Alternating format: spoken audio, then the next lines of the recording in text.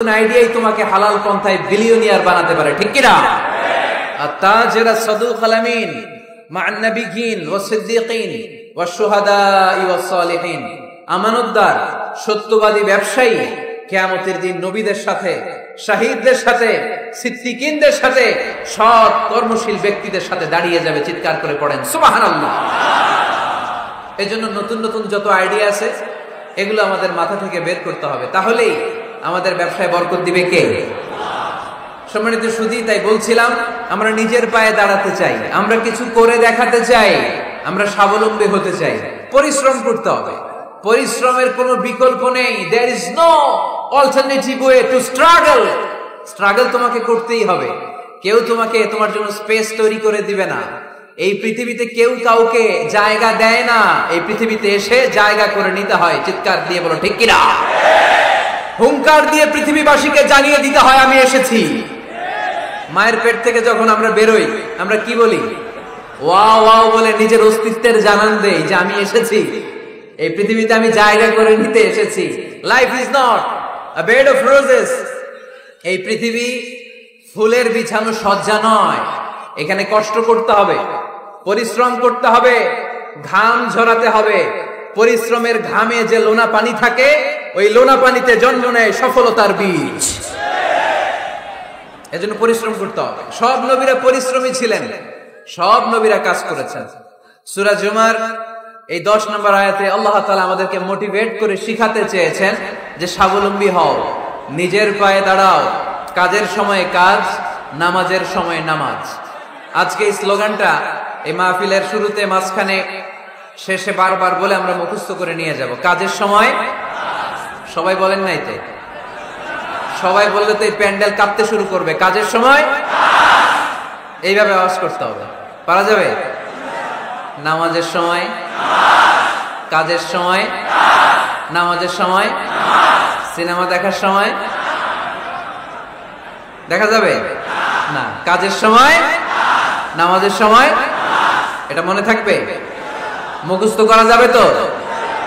আল্লাহ রাব্বুল ইজ্জা সূরাতুল জুমার 10 নম্বর আয়াতে মূলত আমাদেরকে এই মেসেজটাই দিতে চেয়েছেন। কাজের সময় কাজ, নামাজের সময়। ফাইযা কুদিয়াতিস সালাতু ফান্তাশিরু ফিল আরদি ওয়াবতাগু মিন ফাদলিল্লাহ ওয়াযকুরুল্লাহা কাসীরান লাআল্লাকুম তুফলিহুন। সুবহানাল্লাহ পড়েন। আল্লাহ বললেন যখন তোমাদের নামাজ শেষ হয়ে যায়, ফাইদা কুদিয়াতিস সালাত, যখন সালাত শেষ হয়ে যায়, ফান্তাশিরু ফিল আরদি, জমিনে ছড়িয়ে পড়ো, ওয়াবতাগু মিন ফাদলিল্লাহ, আল্লাহর দেয়া ফজল তালাশ করো, রিজিক তালাশ করো, ওয়াযকুরুল্লাহা কাসীরান, আল্লাহর জিকির বেশি বেশি করো, লাআল্লাকুম তুফলিহুন, তোমাদেরকে সফল বানায়া দিবে কে? সিস্টেমটা খেয়াল করেন। ফাইদা কুদিয়াতিস সালাত, যখন সালাত শেষ, ফান্তাশিরু ফিল আরদ, when you are done with your salah, spread out to your workplace, তোমার কাজের জায়গায় চলে যাও। নাকি মসজিদে বসে থাকবেন? নামাজ শেষে কি করতে হবে? কাজের জায়গায় চলে যেতে হবে। এটা ইসলামের নিয়ম, এটা বিশ্বনবীর সুন্নাহ, এটা আল্লাহর দেয়া পদ্ধতি। ফাইদা কুদিয়াতিস সালাতু, যখন সালাত শেষ হয়ে যাবে, ফান্তাশিরু ফিল আরদ, জমিনে ছড়িয়ে পড়ো, ওয়াবতাগু মিন ফাদলিল্লাহ, আল্লাহর রিজিক তালাশ করো। জমিনের মধ্যে আল্লাহর ফাদাল আছে, রিজিক আছে, এই রিজিক গুলো তালাশ করো। মসজিদে বসে থাকলে এই ফদল বা রিজিক কি পাওয়া যাবে? যাবে না। মসজিদে ঢুকলে রহমত পাওয়া যায়। গাজীপুরের ভাইয়েরা আওয়াজ তুলে বলেন, মসজিদে ঢুকলে কি পাওয়া যায়? এজন্য মসজিদে যখন আমরা ঢুকি, কোন পা দিয়ে ঢুকি? ডান পা দিয়ে ঢুকেই আমরা বলি আল্লাহুম্মা ফতাহলি আবওয়াবা রাহমাতিক, ও আল্লাহ, open for us the door of your mercy, আল্লাহ আমাদের জন্য আপনার সব রহমতের দরজাগুলো খুলে দেন। কারণ মসজিদে ঢুকলেই রহমত দেয় কে? আর মসজিদ থেকে যখন বের হই তখন রহমত নয়, তখন পাওয়া যায় ফদল, যে ফদলের কথা আল্লাহ ইয়াতে বললেন ওয়াবতাগু মিন ফাদলিল্লাহ, এই ফদল মানে হচ্ছে রিজিক। তাই মসজিদ থেকে যখন বেরোই কোন পা দিয়ে বেরোই? আর কি দোয়া পড়ি? আওয়াজ করে বলেন, আল্লাহুম্মা ইন্নী আসআলুকা মিন ফাদলিক, মানে হে আল্লাহ আমি আপনার কাছে আপনার ফজল চাই, রিজিক চাই। দুনিয়ার কেউ রিজিক দিতে পারে না, রিজিক দিতে পারে কে? আল্লাহ। এই রিজিক আমি আপনার কাছে চাই। আবার আল্লাহ বললেন হুয়াল্লাযী জাআলা লাকুমুল আরদা যালুলান ফামশু ফি মানাকিবিহা ওয়া কুলু মির রিজকি ওয়া ইলাইহিন নুশুর। তিনি তো এমন সত্য যিনি তোমাদের জন্য জমিনটারে বানিয়েছেন সাহালাতুল মাসালিক, সহজে হাঁটা যায়, চলা যায়, চারা বীজ রোপণ করা যায়, চাষাবাদ করা যায়। আল্লাহ বললেন জমিনের আনাচে কানাচে ঘুরে বেড়াও, জমিনের মধ্যে তোমাদের জন্য রিজিক রেখে দিয়েছে কে? এই জমিনের সব জায়গায় রিজিক আছে। আপনি জমিনের পাহাড়ে যাবেন, পাহাড়েও রিজিক আছে। জানেন পাহাড়ে কি চাষ হয়? হ্যাঁ, জুম চাষ হয়। বাংলাদেশের পাহাড়ে জুম চাষ হয়, আর মালয়েশিয়ার পাহাড়গুলোতে সব চাষ হয়। মালয়েশিয়া একটা জায়গা আছে ক্যামেরুন হাইল্যান্ড, ভাই গেছিলেন নাকি? ৬,০০০ ফিট উপরে, ঠান্ডা, প্রচন্ড ঠান্ডা। আমি প্রায় যাই, ওখানকার চা বাগানের স্নিগ্ধ হাওয়া আমাকে টানে খুব, বাতাসটা খুবই ক্লিন, ভাল লাগে। ওই ক্যামেরুন হাইল্যান্ডে ৬,০০০ ফিট উপরে ওরা করেছে ফুলের বাগান, ফলের বাগান, চায়ের বাগান, স্ট্রবেরির বাগান, মধুর চাষ করে। আর এই ৬,০০০ ফিট উপরে এই ভেজিটেবলস আইটেম গুলো দিয়ে তারা পুরো মালয়েশিয়ার খাদ্যদ্রব্যের যত সংকট, সব সংকট তারা দূরীভূত করেছে। সুবহানাল্লাহ পড়েন। তো ওনারা পাহাড়ের উপর চাষ করে, আর আমরা সমতল জায়গায় চাষ করতে চাই না। চাষাবাদ করতে আমাদের লজ্জা লাগে। কি লাগে? যুবক ভাইয়েরা, কাজে কোনো লজ্জা নেই। কাজে কি নেই? পরিশ্রমে লজ্জা নেই। লজ্জা হচ্ছে অলসতায়, লজ্জা হচ্ছে অকর্মণ্যতায়। আমরা কাজ করে খেতে চাই, পরিশ্রম করে খেতে চাই। রাজি আছো সবাই? এখন অনেকে রুফ গার্ডেনিং করে। রুফ গার্ডেনিং মানে ছাদের, বাসার ছাদের উপরে কি সুন্দর পেঁপে গাছ, আম গাছ। আমি নিজে দেখেছি, নিজেরা খায়, আশেপাশের প্রতিবেশীদের সবাইকে দেয়, বাজারে বিক্রিও করে। নিউ আইডিয়া, রুফ গার্ডেনিং কর। তারপরে একসাথে হাঁসের চাষ হয়, পানিতে হাঁসগুলো ভেসে বেড়ায়, আর নিচে মাছের চাষ হয়। এরকম অনেক যুবক আছে যারা এগুলো করে করে স্বাবলম্বী হয়েছে। আমরা এগুলো করতে চাই না, আমাদের লজ্জা লাগে। আমাদের হোটেলের মেসিয়ারি করতে লজ্জা লাগে, ছোট্ট ফুচকার দোকান দিতে আমাদের লজ্জা লাগে, কিন্তু বিশ্বনবীর ছাগল চড়াতে কোনো লজ্জা লাগতো না।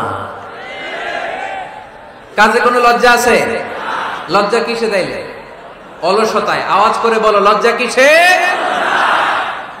অলসতা করা যাবে না। অলসতাকে আজকের প্রোগ্রাম থেকে আমরা না বলে দিব। আমরা অলসতাকে বলে দিব নো। অলসতাকে আমরা কি বলবো? নো। আমরা অলস হতে চাই না, আমরা খেতে খেতে চাই, ঘাম ঝরাতে চাই। পরিশ্রমের ঘামের লোনা পানিতে জন্ম নেয় সফলতার বীজ। আমরা সফল হতে চাই, ঠিক কিনা? এজন্য অলসতা করা যাবে না, কাজ করতে হবে। আল্লাহ রাসূল সাল্লাল্লাহু আলাইহি ওয়াসাল্লাম এবং সাহাবারা আমাদেরকে কাজের প্রতি উৎসাহিত করেছেন। সাইয়েদনা ওমর ফারুক রাদিয়াল্লাহু তাআলা আনহু, নাম শুনেছেন? কত নাম্বার খলিফা? সবাই বলেন। 1 নাম্বার খলিফার নাম কি? 2 নাম্বার খলিফার নাম? 3 নাম্বার? 4 নাম্বার? রিদওয়ানুল্লাহি তাআলা আলাইহিম আজমাইন। ওমর ফারুক সাধারণ কোন সাহাবী ছিলেন না, তিনি এমন সাহাবী ছিলেন, বিশ্বনবী সাল্লাল্লাহু আলাইহি ওয়াসাল্লাম বলেছেন আমার পরে কোনো নবীও নাই, রাসূলও নাই, তবে আমার পরে যদি কেউ নবী হতো আমার ওমর নবী হয়ে যেত। বিশ্বনবী বলছেন লা নবিয়্যা বা'দি ওয়ালা রাসূলা, আমার পরে কোনো নবী নাই, রাসূল নাই। লাউ কানা বা'দি নাবিয়্যুন লাকানা উমর, তবে আমার পরে যদি নবী হওয়ার কোয়ালিটি আমার কোন সাহাবীর মধ্যে থেকে থাকে, আমার ওমরের মধ্যে সেই কোয়ালিটি আছে। প্রভু তুমি বলেছো রাসূল দেবে না, বলনি দেবে না ওমর, বলনি দেবে না হামজা তারি, খালিদ বিজয়ী সমর। প্রভু তুমি বলেছো রাসূল দেবে না, বলনি দেবে না ওমর, বলনি দেবে না হামজা তারি, খালিদ বিজয়ী সমর। প্রভু তুমি বলেছো রাসূল দেবে না। সুবহানাল্লাহ পড়েন। ওমর ফারুক রাদিয়াল্লাহু তাআলা আনহু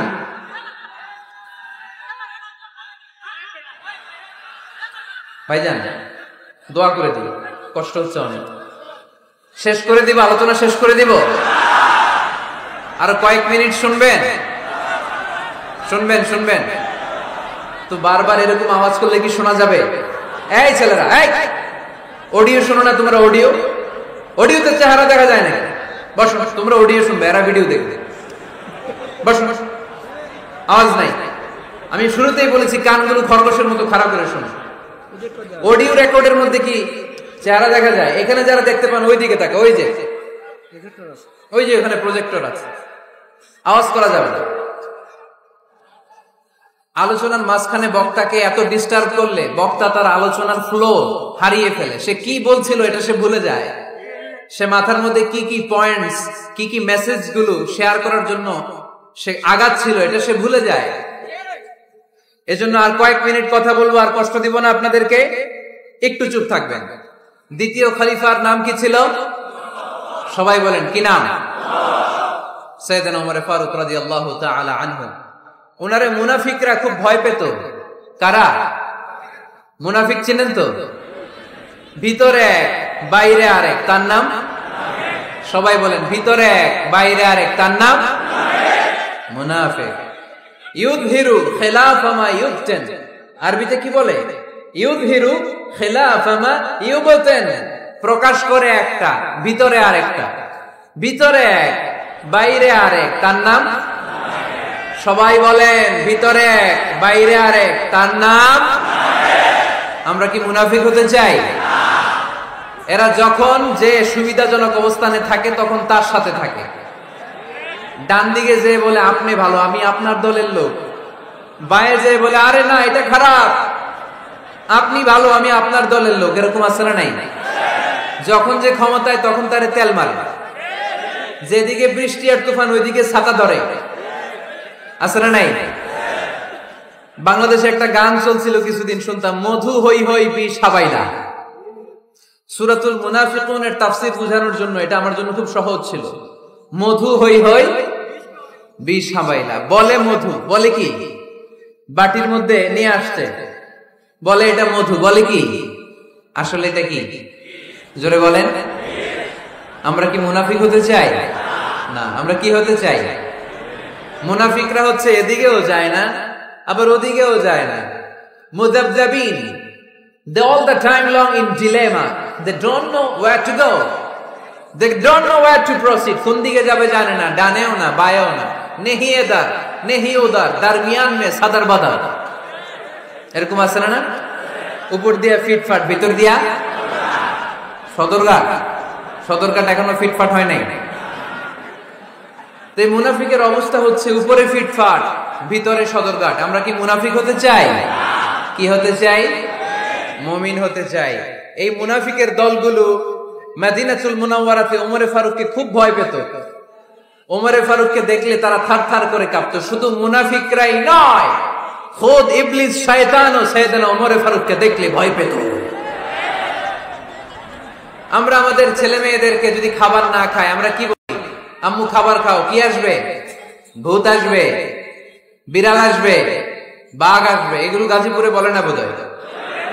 আপনাদের ছোট্ট মেয়েটা যদি রাত্রে খেতে না চায় আপনারা লোকমা তুলে কি বলেন? এই তাড়াতাড়ি খাও। কি আসবে? ভূত। ভূত আসবে। তো মদিনার সমাজে মদিনার ছোট্ট কচি কাঁচা সোনারমণিরাও রাতে খেতে চাইতো না। মদিনাতুল মুনাওয়ারার মায়েরা রাত্রিবেলা খাবার নিয়ে বাচ্চাদেরকে বলতো, মা তাড়াতাড়ি খাও, হা হুয়া ইয়াতি উমর, ওই যে উমর আসতেছে উমর।